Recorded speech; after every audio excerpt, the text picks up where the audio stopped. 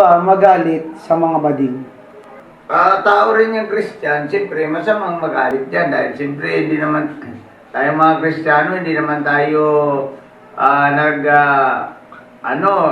nagkikipagkagalit eh. Tayo gusto natin lahat kaibigan para maligtas sila. Pero yung mga bading kasing yan nabuhay sa kasalanan. Yan mga yan, kung hindi magsisi, talagang impyerno yan. Kaya pinapangaral natin ng Biblia na sila rin makapagsisi kasi pag inabot sila ng salita ng Diyos at kung kumilos sa kanila ang Panginoon, mababago yung Christian.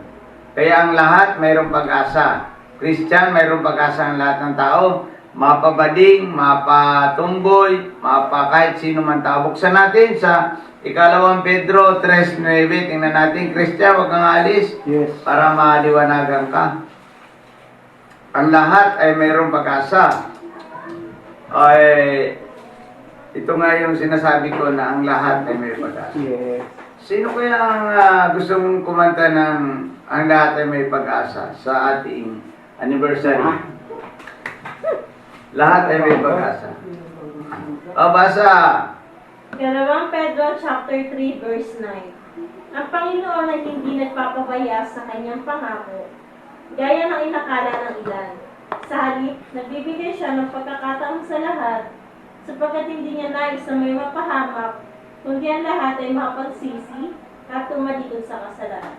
Yun. Sabi niya, Christian, ay hindi nais ng Diyos na may mapahamak. Ang gusto ng Panginoon, lahat magsisi upang makapasok sa kaluwalhatian ng Diyos. Kaya lahat, binibigyan ng Diyos ng pagkakataong makapagsisi ang lahat. Kaya Christian, huwag kang magagalit sa mga bading. Mahalin mo yan sapagkat yan din ay tao.